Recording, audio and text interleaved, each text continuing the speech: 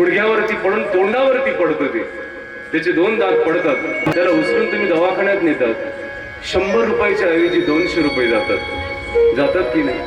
तुम्ही विचार केलेला असतो नोट खर्च करायची नाही, मात्र त्या नोटेला जोडून दुसरी नोट द्यावी लागते, डॉक्टरला 200 रुपये द्यावे लागतात. आहे का पैसा कोणाचा? तुम्ही किती जपून ठेवला तर खर्च होतो की नाही? होतो ना. उतारी तेच असतात, मात्र नावं खाली बदलत बदलतात की नाही? जमिनी त्याच आहेत. 100 एकर जमीन असते, 2 मुलं असतात, परत 50-50 एकर वाटून द्यावी लागतात, परत त्यांना पुढे 2 मुलं होतात, परत 25-25 एकरचे तुकडे होत जातात की नाही? जमिनीचे तुकडे होऊन गेले आपले, झाले ना. पैसा राहिला का कुणाचा? पैसा कुणाचा राहतो? पैसा कुणाचाच नसतो, कुणाच्याच बापाचा नसतो, त्याच्यावरती कुणाचीच मालकी नसते. तूने जो कमाया है, तूने जो कमाया है, तूने जो कमाया है, दूसरा ही खाएगा. खाली हाथ आया तू, खाली हाथ जाएगा.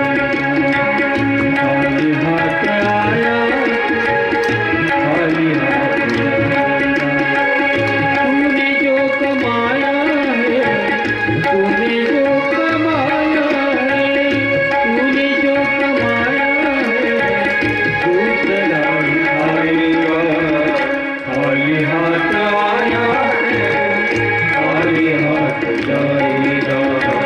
खाली हाथ आया है, खाली हाथ जाएगा.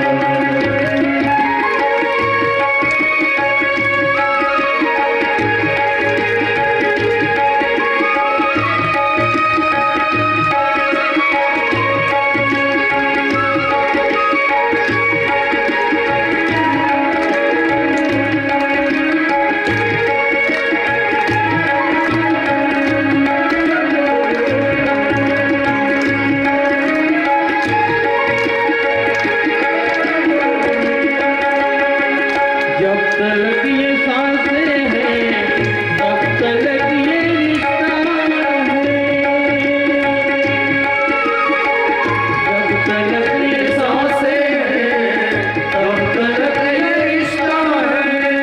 जब तक ये सांसें हैं, तब तक ये रिश्ता है.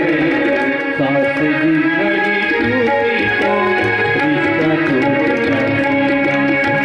सांस की घड़ी टूटी तो रिश्ता टूट जाएगा. तूने जो कमाया है, तूने जो कमाया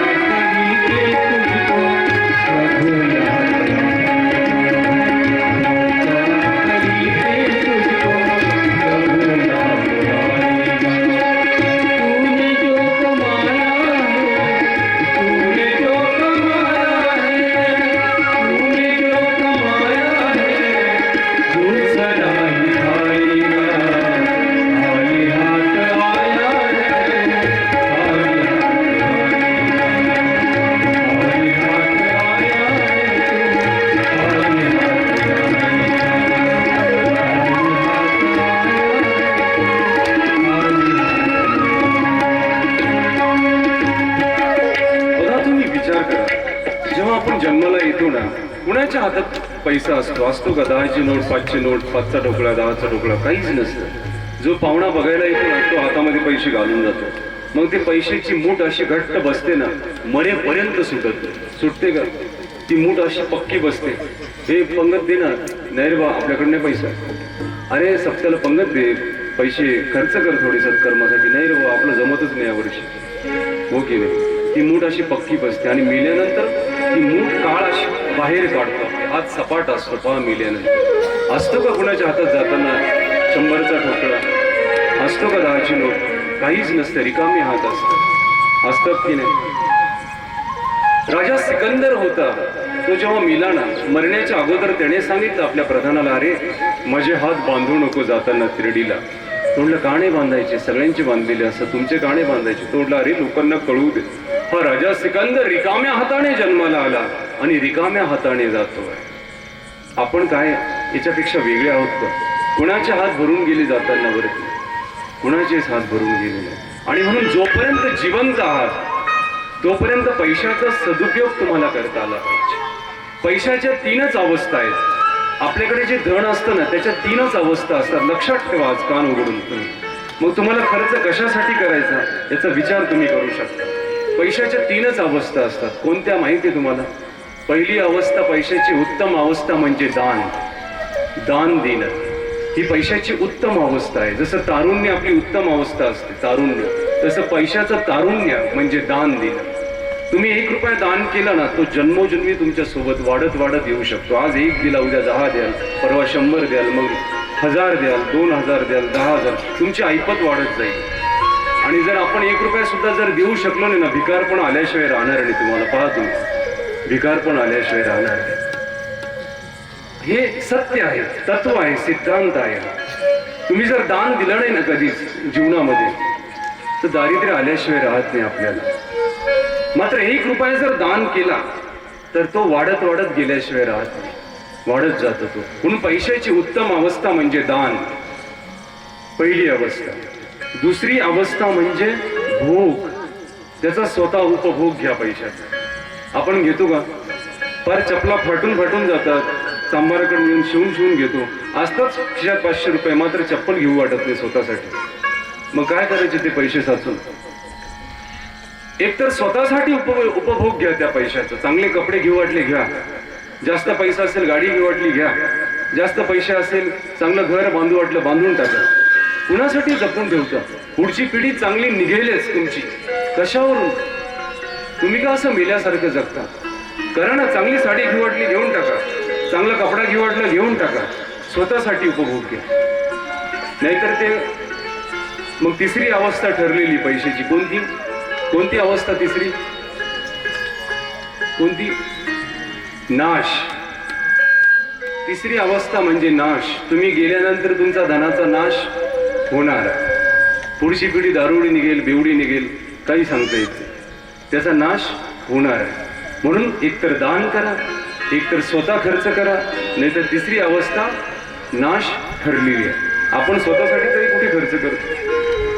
आपण राखेल सुद्धा टाकत नाही चिमणीमध्ये जास्त वेळ, चिमणी पेटल म्हणून. काही लोक असे असतात. एक माणूस बायकोला म्हणायचा, ए स्वयंपाक झाला का? पटकन बंद कर. राखेल किती महाग झालं. एक दिवस गावात कीर्तन होतं. बायकोला म्हटलं, बरं जाऊ दे, आज मी जातो कीर्तन ऐकायला, पण बघ लवकर बंद कर, हा चिमणी लवकर बंद कर, राखेल महाग झाले. तेवढे अहो जा ना तुम्ही, निघा कीर्तन ऐकायला. गेलं ते कीर्तन ऐकायला. कीर्तनात बसला. कीर्तनात बसल्यानंतर त्याच्या अचानक लक्षात आलं की मीला सांगितलं तर खरं की चिमणी बंद कर, स्वयंपाक झाला, मात्र हिने केली की नाही हिच्यावर माझा विश्वास नाही. केली की नाही हिने चिमणी बंद, चालूच ठेवली असेल. कीर्तनातून उठला, भराभर चालत घरी आला. दरवाजा वाजवला, बायको दारात आली. म्हटली, का हो कीर्तन संपलं का? म्हणलं नाही, संपलं नाही. मग अगं मी तुला सांगायचं विसरून गेलो की चिमणी बंद कर, राखेल किती महाग झालं, राखेल जळून जाईल. बायको म्हटली, अहो डोक्यावरती हात मारून घेतला. म्हटली, तुम्ही राखेलचा विचार केला, थोड्याशा राखेलचा विचार केला, मात्र जे तुम्ही लांब चालत आले 50 पावलं, तुमची चप्पल नाही झिजली का?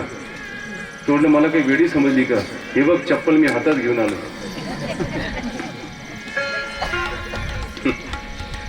मग कोणासाठी जपून ठेवता पैसा तुम्ही? जर स्वतःसाठी जर वापरायचा नसेल तो पैसा, तर मग त्याची तिसरी अवस्था म्हणजे नाश, धनाचा नाश हा ठरलेला. आणि म्हणून एक तर दान करा पैशाचे. खूप पैसा झाला ना तुमच्याकडे, चांगल्या जसं आता सप्ताह चाललेला आहे, दान करा. हे पुण्य आहे, हे परत परत येत नसतं. चांगल्या कार्यासाठी खर्च करा. जास्त पैसा असेल पंगत करा, तो पैसा सोबत येतो. आपल्या साचून ठेवलेला सोबत येत नाही. आज हा सॅमंतक मणी पडलेला होता कुठे? अरण्यामध्ये, रक्ताच्या थारोळ्यात. त्याला कुणीच वाली नव्हतं, कुणीच वाली नव्हतं. इथे आता जांबवंत रस्त्याने चाललेला होता.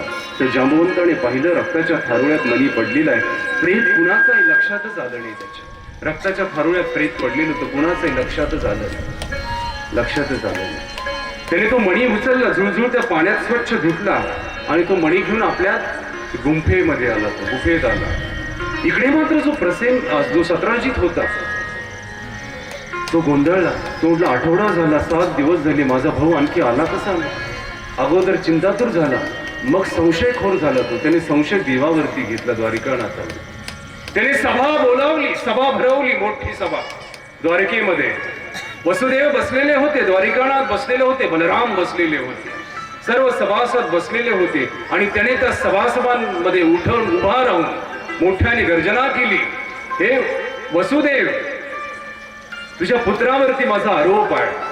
याने माझा मणी चोरला, आणि मणी नाही, माझ्या भावाची हत्या सुद्धा केलेली आहे. माझ्या भावाचा हत्यारा आहे तुझा मुलगा, आणि मण्यांचा चोर सुद्धा आहे हा. त्याचा माझा मणी चोरलेला. सर्व सभेमध्ये खळबळ झाली, सगळ्यांच्या हाताच्या मुठी आवळल्या गेल्या, सगळी जण चिडले. सत्राजिताला ओरडून सांगायला लागली, सत्राजित, माफी मागा अगोदर.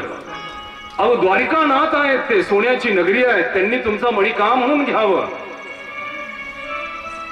अगोदरच द्वारिकाधीशांच्या गळ्यात कौस्तुभ मणी होता, त्याही पेक्षा मूल्यवान. सगळ्या सभेमध्ये खळबळ झाली, आता गोंधळ झाला. तसे द्वारिकाधीश उठून उभे राहिले, सत्राजितांना प्रणाम केला, सभासदांना हात केला की प्रजाजन हो, सगळी जण खाली बसा. इतका मोठा आरोप आल्यानंतर सुद्धा द्वारिकाधीशांच्या ओठावरचं हास्य मावळलं. आपल्यावरती थोड्या अडचणी येतात, आपण आत्महत्या करून टाकतो, करतो की थोड्या थोड्या गोष्टींनी आपण मरण्याचा विचार करतो, राखेल अंगावरती टाकून घेतो.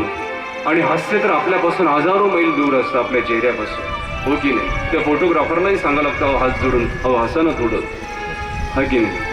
मग आपण हसतो. त्याने सांगितल्यावर द्वारिकाधीशांवरती इतका मोठा आरोप आला, तरी सुद्धा ओठावरचं हास्य मावळलं नाही. लोकांना सांगितलं, सगळीजण खाली बसा. आता सगळी खाली बसली. आणि द्वारकाधीश म्हटले, सत्राजित काका, तुम्हाला काय वाटतं, तुमचं मणी मी चोरला का? मला मण्याची काही गरज नाही. तो मणी मी माझ्याकरता नाही मागितला तुमच्याकडे, मथुरेकरता मागितला. मथुरेमध्ये भरभराटी व्हावी म्हणून मागितला मी, माझ्याकरता नाही मागितला. आणि जर तुम्हाला असं वाटत असेल की तुमचा मणी ही चोरलेला आहे, तर माझी आई इथे बसलेली आहे, माझे पिता वसुदेव बसले आहे, माझे गुरु संदीपाणी इथे बसलेला आहे. त्यांच्या चरणाची शपथ घेऊन मी सांगतो की तो मणी मी कधी चोरलाच नाही.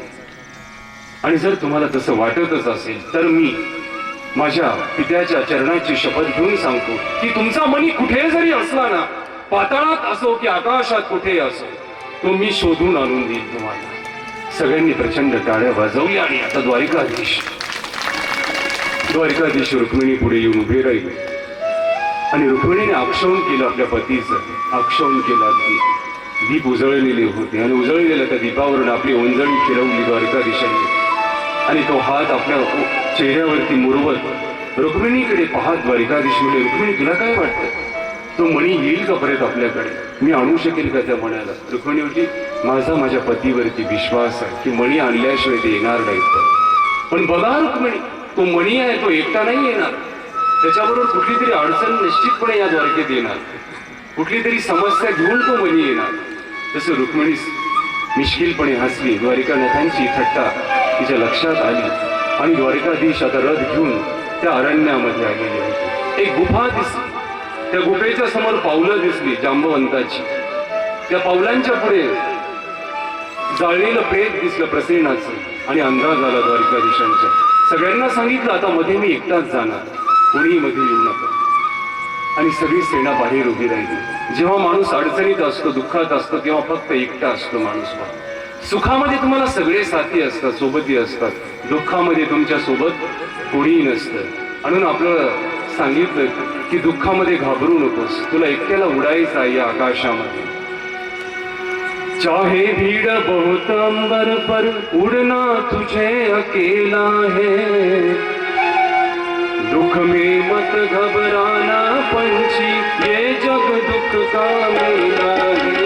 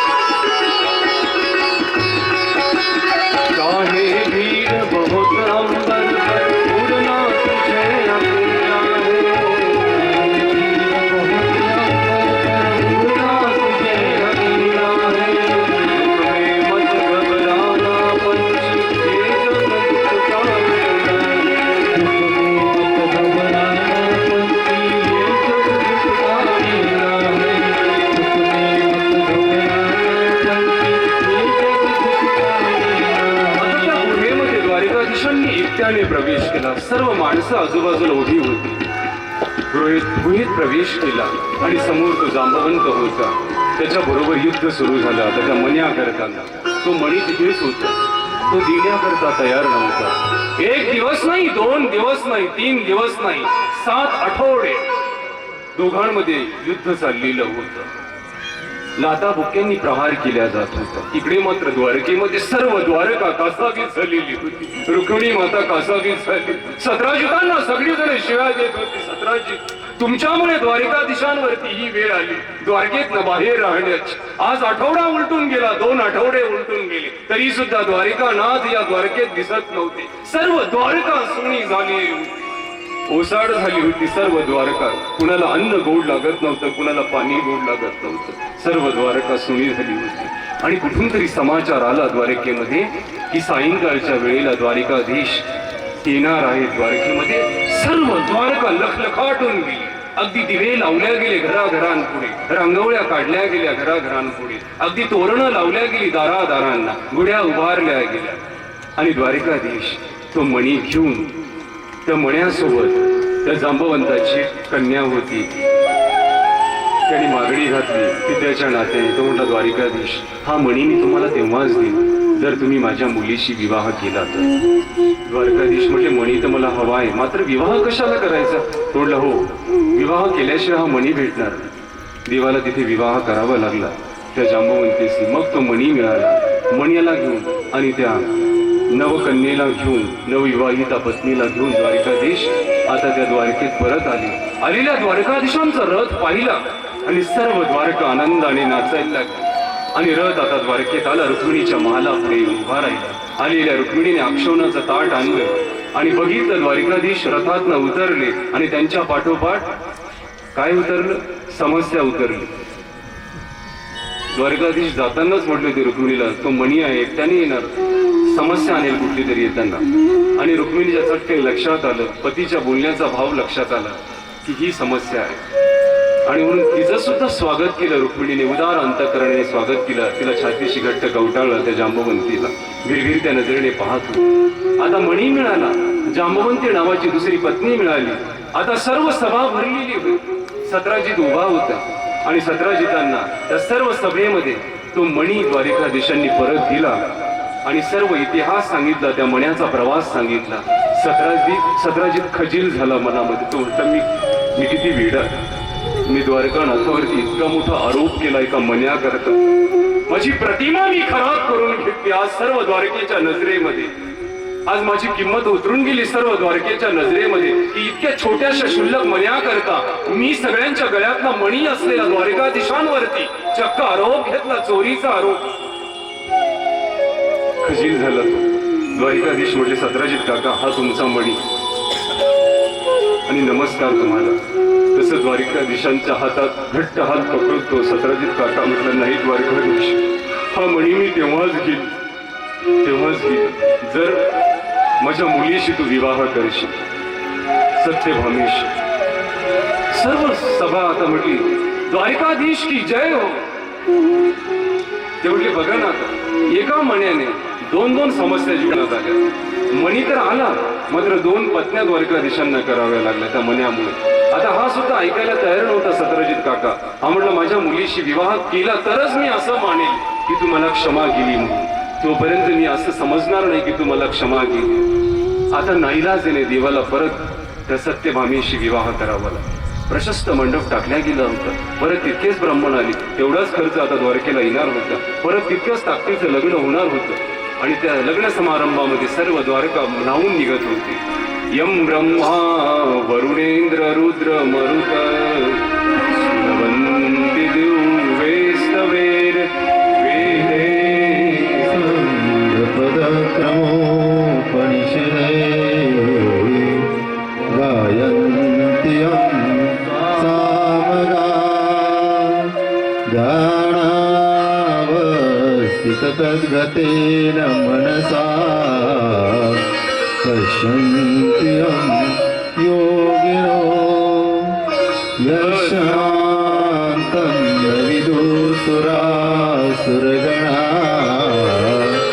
देवाय तस्मै नमः. वधूवरं शुभं भवेत्. सगळ्यांनी टाळ्या वाजवायच्या. आज द्वारकेमध्ये तिसरं लग्न लागत होतं द्वारकाधीशांचं. दुसरं झालं जंगलामध्ये त्या जांबवंतीशी. तिसरं झालं आता सत्यभामेशी. सत्यभामा देखणी होती, सुंदर होती, नाकीडोळी छान होती. तिला संपत्तीचा सुद्धा प्रचंड अहंकार होता. आपल्या दिसणेपणाचा, सुंदरपणाचा सुद्धा तिला अभिमान होता. आणि म्हणून तिचा नेहमी जळफळाट व्हायचा त्या सत्यभामेचा की मी आधी का नाही आली या द्वारकेत. मी आधी यायला पाहिजे होती. ही माझ्यापेक्षा दिसायला कमी, ही माझ्यापेक्षा उंचीला कमी, ही माझ्यापेक्षा नाकाला कमी, डोळ्याला कमी, आणि ही पहिली कशी आली. मी इतक्या जवळ असून मी अगोदर का नाही आली. म्हणून तिच्या मनामनात ती घुळमळत असायची. असे दिवस त्या द्वारकेत आता सुरू झाली होती. आणि एक वेळेला आता भगवंताच्या 1000 विवाहांबद्दल आपण चर्चा करणार आहोत. 16,000 ते विवाह देवाला का करावे लागले याच्या मागे सुद्धा कारण आहे. आपण त्या कारणापर्यंत कधी जात नाही. लोक फक्त थट्टा उडवतात की कृष्णाला 16,000 बायका होत्या. का केल्या त्याने? त्याच्या मागचं कारण आपल्या लक्षात येतं का कधी? त्या कारणापर्यंत आपण गेलो पाहिजे. भौमासूर नावाचा एक राजा होता, दैत्य होता. त्याने अनेक देवकन्या, अनेक राजकन्या आपल्या बंदीखान्यात आणून टाकल्या होत्या. 16,000 कन्या आता त्याने जमा केल्या होत्या. ज्या वेळेला 20,000 कन्या जमा होतील तेव्हा तो सगळ्यांशी विवाह करणार होता एकाच वेळेला. 20,000 कन्यांशी. आसुरी होता हा, आसुरी प्रवृत्तीचा होता. त्या 20,000 कन्या त्या बंदीखान्यामध्ये श्वास गुदमरलेले होते. सगळ्यांची जीव कोंदटलेला होता. काळीच थरथरल्या गेलेलं होतं. आम्हाला सोडवणारा कुणी आहे की या जगामध्ये वाट पाहत होत्या. कुठून तरी त्यांच्या कानावरती द्वारकाधीशांची कीर्ती आली. त्यांच्या पराक्रमाची कीर्ती, त्यांच्या सौंदर्याची कीर्ती. आणि बस एक दिवस या सर्व स्त्रिया, 16,000 स्त्रिया अगदी काळीज देठापासून त्या द्वारिकानाथाला आवाज देत होती. आणि तो आवाज महर्षी नारदांच्या कानावरती पडला. आकाशातनं महर्षी नारद चाललेले होते. आणि महर्षी नारद आज द्वारिकेत आले, मात्र चेहऱ्यावरती हास्य नव्हतं. चेहरा उतरलेला होता. द्वारकाधीशांनी विचारलं, महर्षी नारद काय झालं, तुमचा चेहरा का उतरला? तसं नारद आज गहिवरले उठले ते द्वारकाधीश. 16,000 स्त्रियांची वेदना घेऊन मी आज आपल्याकडे आलो आहे. त्यांना आपण त्यांचं रक्षण करावं प्रभू द्वारिकानाथ. आपल्याशिवाय त्यांचं रक्षण कोणीही करू शकणार नाही. 16,000 स्त्रियांची वेदना घेऊन मी आलो आहे. त्या स्त्रिया देवाला आवाज देत होत्या अगदी काळीज देठापासून. वादळातही जीवन नौका लाटेवरती लाट प्रभुराया रे सांग तुझ्या विना कोण दाखवीन निर्वाणीची हाक ऐकुनी निर्वाणीची हाक ऐकुनी चरणी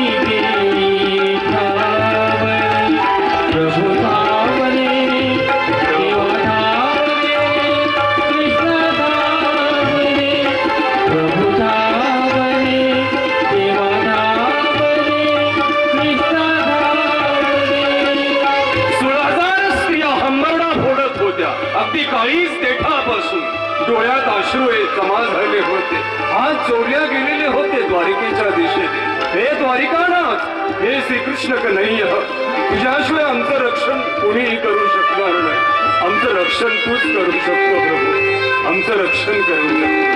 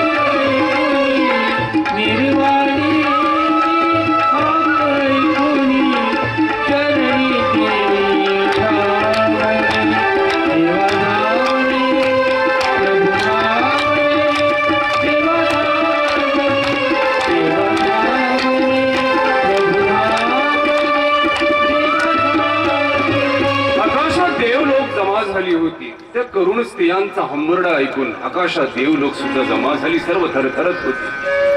आणि आता द्वारिकाधीशांनी आपला गरुड काढला. त्या गरुडावरती भगवंत बसले, सत्यभामीला सोबत घेतलं आणि हा गरुड आता त्या दिशेने चाललेला होता जिथे त्या 16,000 स्त्रिया भौमासुराने बंदीखान्यात टाकल्या होत्या. तिथे देवाचा रथ येऊन थांबला, तो गरुड रथ, आणि भगवंताचं आणि भौमासुराचं तिथे युद्ध झालं. आणि त्या भौमासुराला भगवंताने त्याचा उद्धार केला. त्याची आई समोर आली, त्याची माता, त्याचं रक्षण मागण्याकरताना, आणि मग भगवंताने त्या भौमासुराचा उद्धार केला. आणि त्या भौमासुराच्या गादीवरती त्याच्या मुलाला बसवलं. भगदत्त नाव होतं त्याचं. आणि आता त्या 16,000 स्त्रिया जिथे डांबून ठेवलेल्या होत्या भौमासुराने, तिथे द्वारिकाधीश आले आणि सांगितलं, आता सेवकाला आदेश दिला की उघडा हा दरवाजा. ती कडी जशी जशी उघडल्या जात होती तशा सर्व स्त्रिया भयभीत झालेल्या होत्या. त्यांना असं वाटलं कदाचित भौमासुराने आता आपली काही गय नाही. आणि जेव्हा त्या दरवाजातनं बाहेर आल्या स्त्रिया, 16,000 स्त्रिया, समोर द्वारिकानाथांना पाहिलं, द्वारिकाधीशांना पाहिलं, आणि एका क्षणात गहिवरल्या सगळ्या. आनंदाचे रोमांच उभे राहिले शरीरावरती, आनंदाचे रोमांच, डोळ्यात आनंद अश्रू डबडबून आले. आणि सगळ्यांनी लोटांगण घेतलं द्वारिकाधीशांपुढे. हे द्वारिकानाथ, तू आमचं रक्षण केलं जात. तर 16,000 स्त्रियांना अभय दिलं द्वारिकाधीशांनी की जा, हे स्त्रियांनो, आजपासनं तुम्ही मुक्त झालेले आहात, आपापल्या घरी जाऊ शकता तुम्ही. आणि फक्त एक रात्र मध्ये गेली, एक रात्र. दुसऱ्या दिवशी त्या स्त्रिया परत आल्या द्वारिकाधीशांपुढे येऊन उभ्या राहिल्या. डोळ्यात पाणी होतं, कपाळावरती आड्या पडलेल्या होत्या, केस विस्कटलेले होते, आणि थरथरत्या हाताने त्या द्वारिकाधीशांना म्हटलं, हे द्वारिकानाथ, तू आम्हाला मुक्त तर केलं बंदीखान्यात, परंतु लोकांच्या नजरेतनं आम्हाला कसं मुक्त करशील? तू आम्हाला मुक्तीचा अधिकार दिला, मात्र आमच्या घरच्यांनी आमचा स्वीकार केला नाही, आमच्या आई वडिलांनी आमचा स्वीकार केला नाही, आमच्या भावंडांनी आमचा स्वीकार केला नाही. आम्ही कलंकित झालो आहोत, आम्ही भ्रष्ट झालो आहोत, म्हणून आम्हाला नाकारलं घरच्यांनी, धिक्कारलं. आता आम्ही जावं तर कुठे जाऊ, कुणाच्या आश्रयाला जाऊ? त्या भौमासुराकडे जावं तर त्याला तू मारून टाकलं. जावं कुठे जावं? त्या स्त्रियांच्या डोळ्यात ती व्यथा द्वारिकाधीशांनी पाहिली. आणि यदा यदा हि धर्मस्य ग्लानिर्भवति भारत अभ्युत्थानम धर्मस्य तदात्मानं सृजाम्यहम. जेव्हा ग्लानी येते धर्माला, तेव्हा मी अवतार धारण करतो. भगवंताने दिलेलं हे वचन आज पूर्ण करण्याची वेळ आलेली होती. भगवंताने त्या 16,000 स्त्रियांकडे पाहिलं आणि मोठ्या आत्मविश्वासाने त्यांच्या नजरेत नजर टाकून द्वारिकाधीशांनी सांगितलं, हे स्त्रियांनो, आजपासून तुम्हाला कुठेही जाण्याची गरज नाही, कुणालाही शरण जाण्याची गरज नाही, कुणालाही घाबरण्याची गरज नाही. आजपासून तुम्हाला कोणी कलंकित सुद्धा म्हणू शकणार नाही, कारण आज हा द्वारकेचा राणा श्रीकृष्ण आपल्या पिता वसुदेवाचा साक्षी ठेवून, आकाशातल्या देव लोकांना साक्षी ठेवून आज तुमच्या कपाळावरती माझ्या नावाचं कुंकू लावतो आहे. आजपासून तुम्ही निर्भय झालेला आहात. आजपासून तुम्हाला कुणीही अनाथ म्हणू शकणार नाही. तुम्ही द्वारकेच्या झालेला आहात. आजपासून सर्व स्त्रियांच्या कपाळावरती आता अगदी आनंदाच्या रेषा उमटून आल्या. डोळ्यात आनंद अश्रू व्हायला लागले. सगळ्या जणी कृतकृत्य झाला. जणू जन्मोजन्मीचं सार्थक आज झालेलं होतं. द्वारकेत राहण्याचा योग, द्वारका कुणालाही मिळत नव्हती. त्या द्वारकेत नांदण्याचा सुवर्ण योग आज या 16,000 स्त्रियांना एकदा झालेला होता. एकदा सर्व स्त्रिया त्या द्वारकेत आलेल्या होत्या आणि आलेल्या त्या स्त्रियांना प्रत्येक एक स्वतंत्र महाल उभा करून दिला राहण्याकरता, स्वतंत्र महाल. आणि सर्व स्त्रिया कृतकृत्य झाल्या. गोविंद मेरो है गोपाल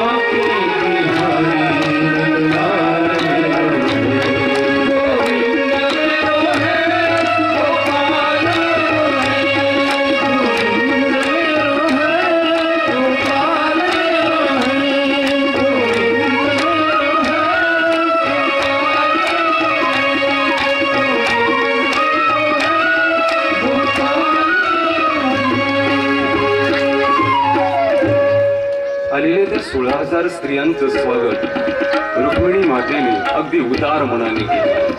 सर्व द्वारका आता समृद्ध झालेली होती. त्या 16,000 स्त्रियांच्या येण्याने प्रत्येकीचं बोलणं चांगलं होतं, प्रत्येकीचा स्वभाव चांगला होता. त्या 16,000 स्त्रिया आणि आता द्वारकेत आनंदाला उधाण आलेलं होतं. मात्र भगवंताच्या घरामध्ये एक रोखरोख चाललेली होती. आज द्वारिकानाथाच्या घरामध्ये तुम्हाला अगोदरच सांगितलं, सत्यभामा आणि रुक्मिणीची बिचारीची काही तकतक नव्हती. ती तर स्वतःला नेहमी सेवक समजायची. मी द्वारकानाथांची सेवक आहे, या द्वारकेची मी दासी आहे, सेवक आहे. मात्र सत्यभामा सेवक समजत नव्हती स्वतः. आपण संसारामध्ये स्वतःला कधी सेवक समजतो का? आपण तर मालक समजून बसलो. या शरीराचे मालक आपण, म्हणजे या शरीराचे मालक आपण, म्हणजे घराचे मालक आपण, म्हणजे पैशाचे मालक आपण. कशाचेच मालक नाही. तुम्हाला पहिलेही सांगितलं मी, शरीराचे मालक तुम्ही नाही. जर तुम्ही मालक असते शरीराचे, तुम्ही म्हातारपण येऊ दिलं असतं का तुमच्या शरीराला? डोक्यावरचे केस पांढरे होऊ दिले असते का तुम्ही? नाही. आपण शरीराचे मालक नाही होऊ शकत. आपण धनाचेही मालक होऊ शकत नाही. आपण सेवक आहोत, फक्त सेवक. आणि म्हणून सेवकासारखं राहता आलं पाहिजे संसारामध्ये. ही जी रुक्मिणी माता होती ना, सेवकासारखी राहायची द्वारकी. मात्र सत्यभामीला ते जमत नव्हतं. कारण श्रीमंती घरात भरपूर होती, वडील श्रीमंत होते, हुंडा भरपूर होता लग्नामध्ये दिलेला तिच्याकडनं. म्हणून ती म्हणायची माझा नंबर पहिला, माझा मान पहिला. माते भांडण मिटवायचं होतं द्वारकाधीशांना. मग मिटवायचं कसं? एक दिवस महर्षी नारद आले या द्वारकेत. श्रीकृष्ण गोविंद हरे मुरारी.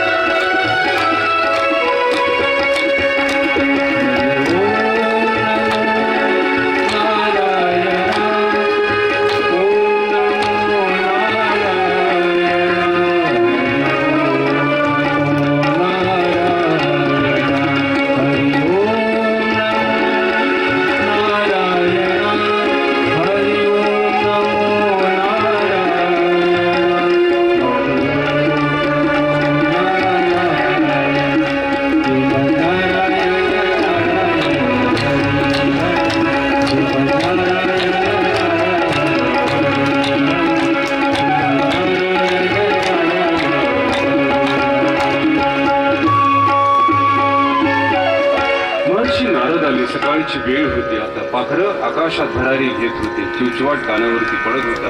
आणि महर्षी नारद आले आणि सत्यभामेच्या महालात पहिल्यांदा आले. भगवंत सिंहासनावरती बसलेले होते. अगदी पंखाने वारा घालत होती सत्यभामा. सोन्याची दांडी होती त्या पंख्याच्या.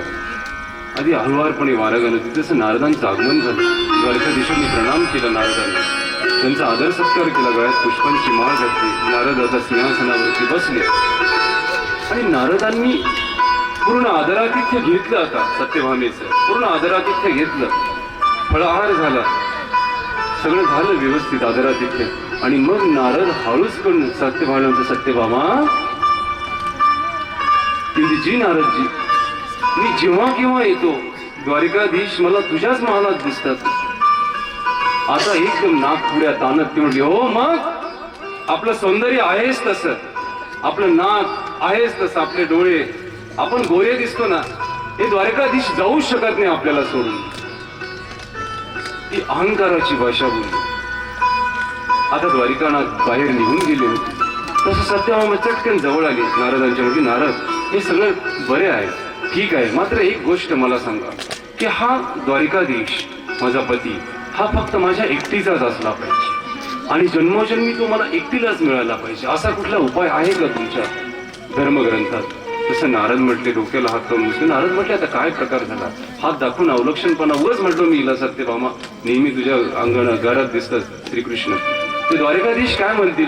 नारद आमच्या घरी येतात, आम्ही आदरातिथ्य करतो आणि आमच्या घरात भांडण लावून जातात.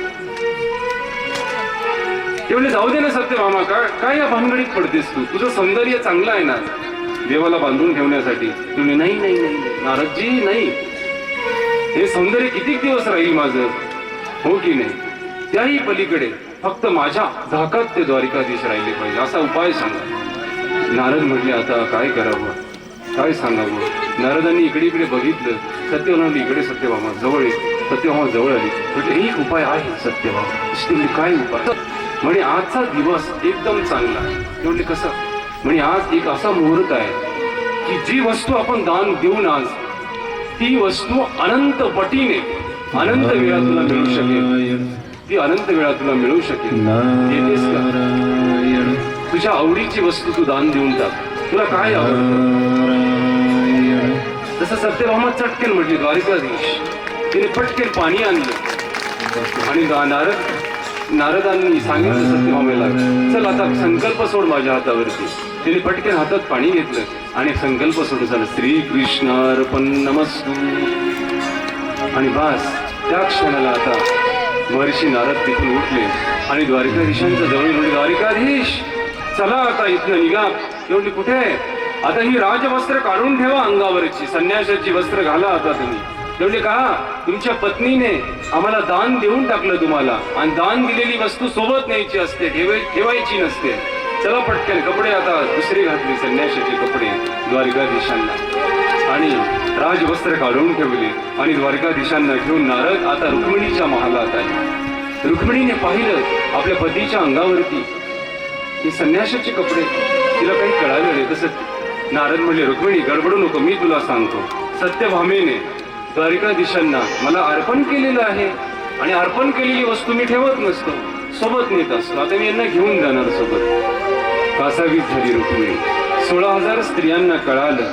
सगळ्याजणी धावत नारदांकडे आले. म्हटलं नारदजी आम्ही हात जोडतो, आम्ही तुमच्या पुढे पदर पसरतो. आमचा द्वारिकानाथ आमचे पती आम्हाला परत द्या. तसं नारद म्हटले नाही, एकदा घेतलेली वस्तू दान मी परत देत नसतो. नारद आता जिद्दीला पेटले होते. सत्यभामा सुद्धा धावत आली. म्हटली नारद की माझ्याकडनं फार मोठी चूक झाली. या सगळ्या जणी मला आता शिव्या श्राप देत आहेत. माझ्याकडनं फार मोठी चूक झाली, परत दान देऊन टाकणं वापस मी दिलेलं. तसं नारद म्हणले नाही सत्यभामा, एकदा दिलेलं दान परत देत नसतं. पण सत्यभामा म्हणजे काहीतरी उपाय असेल ना याच्यावरती सुद्धा की दिलेलं दान वापस घेण्याचा. तसं नारद म्हटले हो सत्यभामा आता कसं मुद्द्याचं बोललीस तू बरोबर. एक उपाय आहे, एक उपाय आहे. तुम्हाला जर श्रीकृष्ण परत हवे असतील तर श्रीकृष्णांच्या वजना इतकं सोनं, त्यांच्या वजना इतकं सोनं जर तुम्ही मला दिलं द्वारका वासियांनी तर मात्र मी तुमच्या कन्हैयाला परत देऊन टाकेन. सत्यभामा चटकन तयार झाली. ती म्हटली आपल्याकडे आहे ना, आपल्याकडे पडलेलं ना भरपूर सोनं. ती तयार झाली आता आणि आता प्रशस्त मंडप टाकल्या गेलेला होता. मुहूर्त काढल्या गेलेला होता. ब्राह्मण आलेले होते. देवर्षी नारद सुद्धा आता बसलेले होते त्या मंडपामध्ये. नाही खर्चनी चला सर्व द्वारका आता जमा झाली. त्या तराजूच्या भोवती सोन्याचा तराजू आता मांडल्या गेला. नारायण सोन्याचा तराजू मांडल्या गेलेला होता. 16,000 स्त्रिया कासावीस होऊन नारदांकडे पाहत होत्या आणि नारदांकडे मागणी करत होत्या की नारदजी आमचे पती आम्हाला परत मिळतील ना हे सोनं दिल्यानंतर. नारद म्हणले मला माहिती नाही आता तुमच्या सोन्यात किती ताकद आहे हे मी नाही सांगू शकणार. भगवंताच्या वजना इतकं सोनं भरेल की नाही याची खात्री मी सुद्धा देऊ शकणार नाही. नारद म्हटले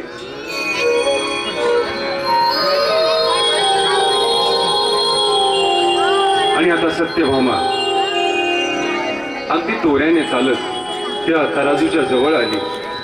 तिला अहंकार होता आपल्या धनाचा, आपल्या संपत्तीचा. तिला असं वाटलं माझ्याकडे पुष्कळ धन आहे, त्याचं काही जर मी या पारड्यात टाकलं तर कमी थोडीच होणार आहे. माझं धन मलाच मिळणार आहे परत श्रीकृष्णांच्या रूपाने.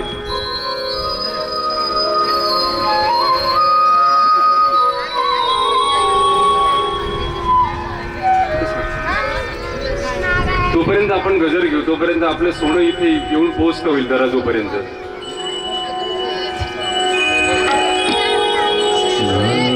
गोविंद गोविंद गोपाल नंदना गोविंद गोविंद गोपाल नंदना गोविंद गोविंद गोपाल नंदना गोविंद गोविंद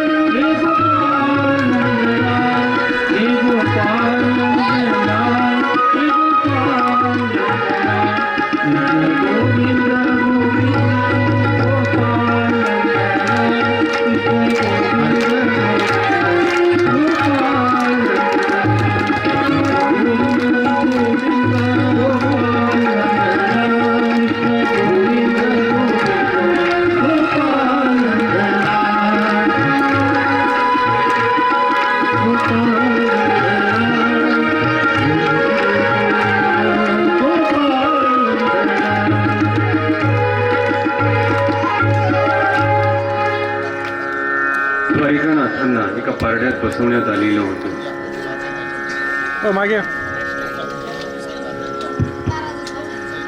सगळ्यांच्या नजरा त्या तराजूच्या दिशेने एकवटल्या गेलेल्या होत्या. सर्व द्वारका थक्क होऊन पाहत होती.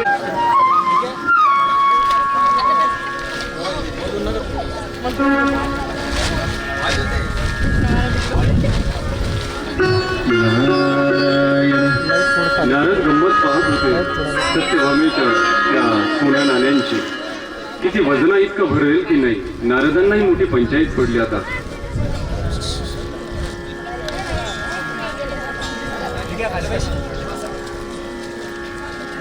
नारद सुद्धा अवाक होऊन पाहत होते. इतकं मोठं सोनं द्वारकेत असू शकतं. इतकं मोठं सोनं सत्यभामेकडे. द्वारकेची सर्व समृद्धी आज बाहेर पडत होती त्या संपत्तीच्या रूपाने. आणि द्वारिकानाथ श्रीकृष्ण सत्यभामेच्या त्या अहंकाराकडे पाहत होते की मी सोनं देते आहे, मी द्वारिकाधीशांना जिंकणार आहे, ही भावना तिच्या मनात होती. आणि म्हणून पारड्याचं वजन वाढल्या जात नव्हतं. पारडं जड होत नव्हतं. भगवंताच्या वजना इतकं पारडं होतच नव्हतं. कारण त्याच्यामध्ये जे समर्पणाचं दान द्यायला पाहिजे होतं सत्यभामेने, जे सेवाभावाचं दान द्यायला पाहिजे होतं ते दिल्या जात नव्हतं. म्हणून पारडं सुद्धा आज थरथरत होतं.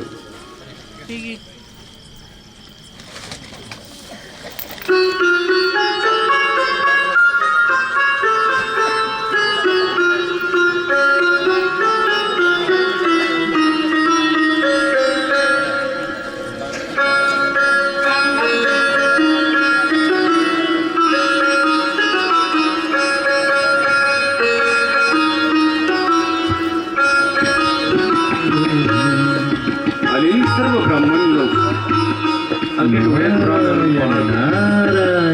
डोळ्यात प्राण आणून पाहत होते. पारडं काही केलं जड होत नव्हतं. भगवंताच्या वदनात पारडं नारायण.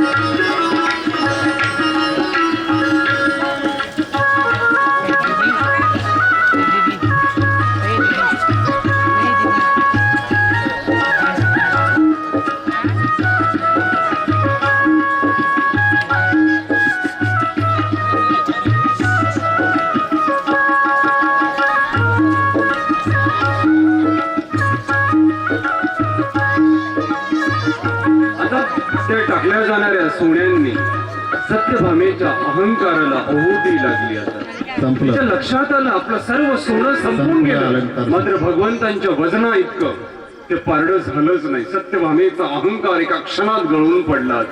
सत्यभामा कासावी सोड एका कोपऱ्यात लाजीरवाण्या मनाने उभी राहिली. आणि आता मंत्री उद्धव धावत गेले रुक्मिणी मातेच्या महालामध्ये. धावत गेले मंत्री उद्धवने सांगितलं, माता रुक्मिणी, आता या द्वारकेची लाज फक्त तुम्ही राखू शकता.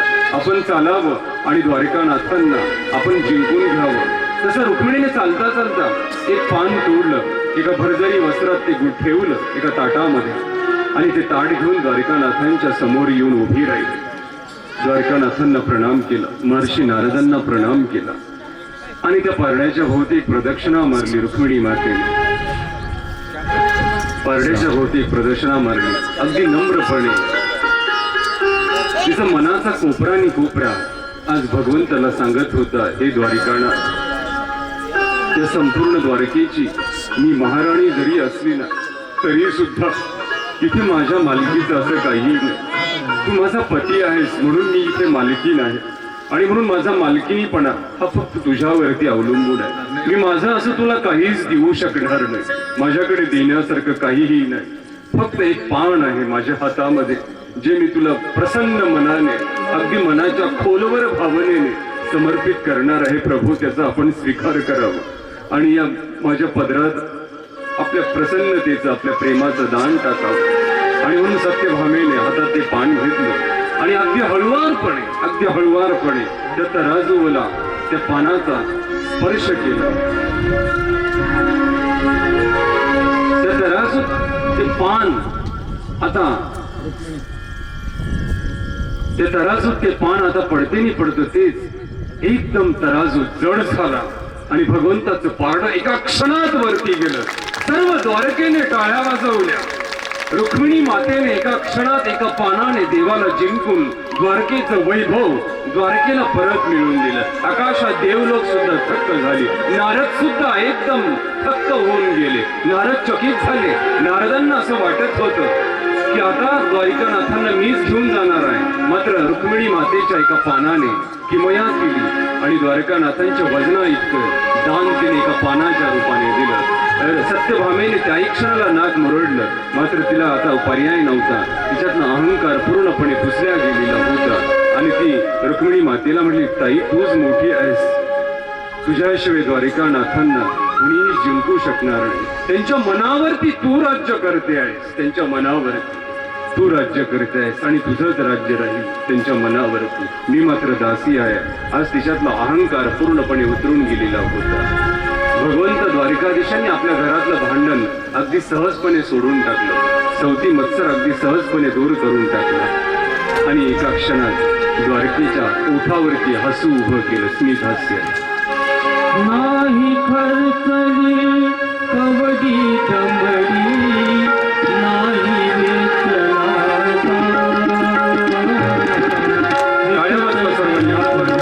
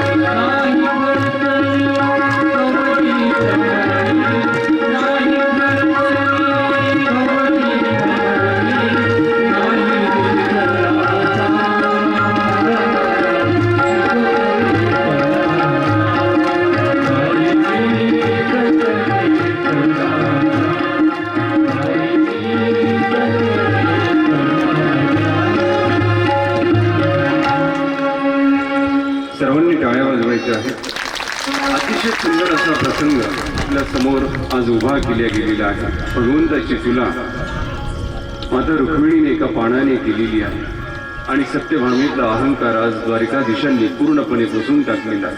स्वतःच्या पत्नीच्या मनात आलेला अहंकार सुद्धा द्वारिकानाथांना सहन झालेला आहे.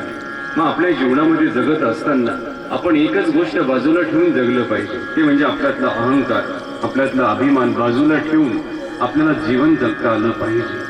तरच तो भगवंत आपल्या मनात येऊन राज्य करू शकतो, तरच तो आपल्या मनात येऊ शकतो. इतकी मोठी शिक्षा भगवंतांनी आपल्याला आपल्या या कृतीतून दाखवून दिलेली आहे, कृतीतून दाखवून दिलेली आहे. आणि म्हणून या क्षणामध्ये भगवंताची भगवद्गीता सुद्धा आहे. भगवद्गीताही तुम्हाला सांगते की अद्वैष्टा सर्व भूताना मैत्र करुण एवच निर्ममो निरहंकार सशांती मधी गच्छति. जीवनामध्ये शांती हवी असेल, समाधान हवं असेल तर कुणाचाही द्वेष करू नका, कुणाबद्दलही मनामध्ये असूया बाळगू नका आणि कुठल्याही गोष्टीचा अहंकार जीवनामध्ये करू नका.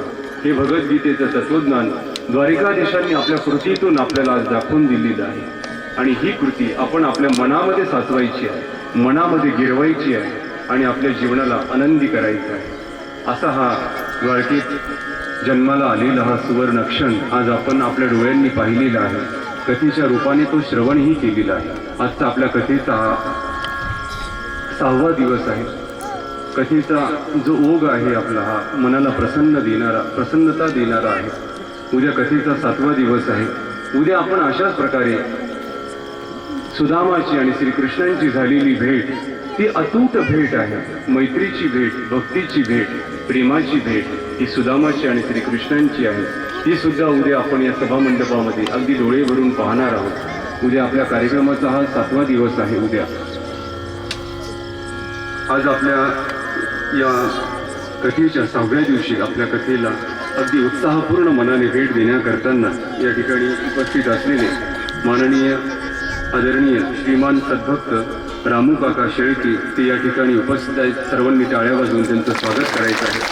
त्यानंतर जिल्हा परिषद अध्यक्ष ते जिल्हा परिषद अध्यक्ष आहेत, त्यांचं या ठिकाणी सत्कार होणार आहे.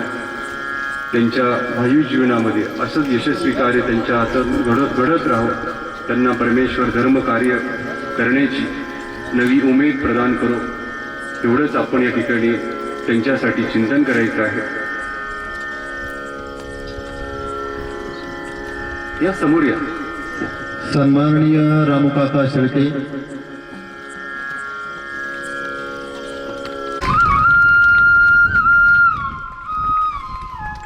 टाळ्यांच्या गजरात आपण स्वागत करायचं.